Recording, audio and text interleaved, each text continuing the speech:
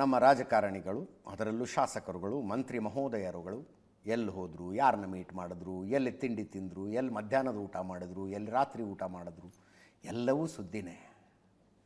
ಹಾಗೆ ಕ್ಯಾಬಿನೆಟ್ನಲ್ಲಿ ನಡೆದಿರುವುದು ಕೂಡ ಸುದ್ದಿ. ಇದು ಎಚ್ ಸಿ ಮಹದೇವಪ್ಪನವ್ರನ್ನ ಬಿಟ್ಟು ಬೇರೆ ಯಾರು ಮಾಡಿದ್ರು ಇಷ್ಟು ಸುದ್ದಿ ಆಗ್ತಿರಲಿಲ್ಲ. ಎಚ್ ಸಿ ಮಹದೇವಪ್ಪ ಮುಖ್ಯಮಂತ್ರಿಗಳ ಆಪ್ತ ವಲಯದಲ್ಲಿ ಗುರುತಿಸಿಕೊಂಡವರು. ನಾನು ಸುಮಾರು ಸರ್ತಿ ಹೇಳಿದ್ದೀನಿ, ಅವರು ಆಪ್ತ ವಲಯದಲ್ಲಿ ಇದಾರಾ ಇಲ್ವಾ ಅನ್ನೋದು ಪ್ರತಿ ತಿಂಗಳು ನಾವು ಚೆಕ್ ಮಾಡ್ಕೋತಾ ಇರಬೇಕು. 2013ರಿಂದ 2018 ತನಕ ಸಿದ್ದರಾಮಯ್ಯನವರು ಮುಖ್ಯಮಂತ್ರಿ ಆಗಿದ್ದ ಕಾಲದಲ್ಲಿ ಎಡಗೈ ಬಲಗೈ ಎರಡೂ ಆಗಿದ್ದವರು ಎಚ್ ಸಿ ಮಹದೇವಪ್ಪ. 2018ರಲ್ಲಿ ಕಾಂಗ್ರೆಸ್ ಎಲೆಕ್ಷನ್ ಸೋತ ನಂತರ ಅದು ಯಾಕೋ ಅವ್ರಿಗೂ ಒಂದೇನೋ ಭಿನ್ನಾಭಿಪ್ರಾಯ ಬಂತು, ದೂರ ಆಗಿಬಿಟ್ರು.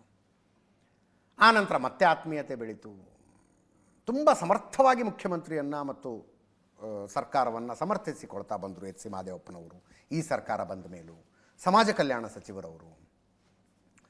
ಆದರೆ ಡಾಕ್ಟರ್ ಯತೀಂದ್ರ ಬೆಳಗಾವಿಯಲ್ಲಿ ಅದೊಂದು ಹೇಳಿಕೆ ಕೊಟ್ಟರಲ್ಲ, ಸತೀಶ್ ಜಾರಕಿಹೊಳಿ ಸಿದ್ದರಾಮಯ್ಯನವರ ಉತ್ತರಾಧಿಕಾರಿ ಅನ್ನುವ ಅರ್ಥ ಬರುವ ಹೇಳಿಕೆ ಅಂದೇನು ಕೊಟ್ಟರಲ್ಲ, ಅದು ಆದ ನಂತರ ಎಚ್ ಸಿ ಮಹದೇವಪ್ಪನವರ ಸ್ಟೇಟ್ಮೆಂಟ್ಗಳೇ ಚೇಂಜ್ ಆಗಿಬಿಟ್ವು.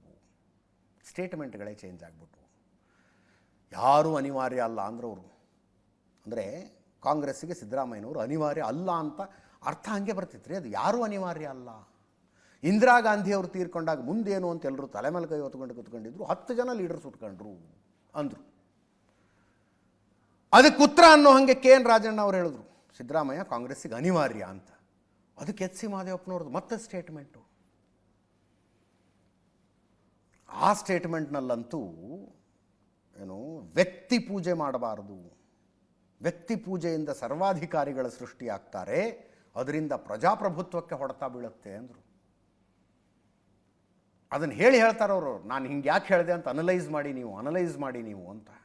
ಅದರ ಅರ್ಥ ಸತೀಶ್ ಜಾರಕಿಹೊಳಿ ನಮ್ಮ ತಂದೆಯ ಉತ್ತರಾಧಿಕಾರಿ ಅನ್ನುವಂತೆ ಯತೀಂದ್ರ ಅವರು ನೀಡಿರುವ ಸ್ಟೇಟ್ಮೆಂಟು ಎಚ್ ಸಿ ಮಹದೇವಪ್ಪನವ್ರಿಗೆ ಬೇಜಾರು ತರಿಸಿದೆ, ಸಿಟ್ಟು ತರಿಸಿದೆ ಅಂತ ಅಷ್ಟೇ ಅದರ ಅರ್ಥ. ಅಂದರೆ ಅವರೇ ಯಾಕೆ ನಾವೆಲ್ಲ ಇಲ್ವಾ ಅಂತ ಆ ರೀತಿಯಾದ ಅಸಮಾಧಾನ. ಅದು ಬಿಡಿ, ಅದು ನಡೀತಾ ಇದೆ ಅದರ ಪಾಡಿಗದು.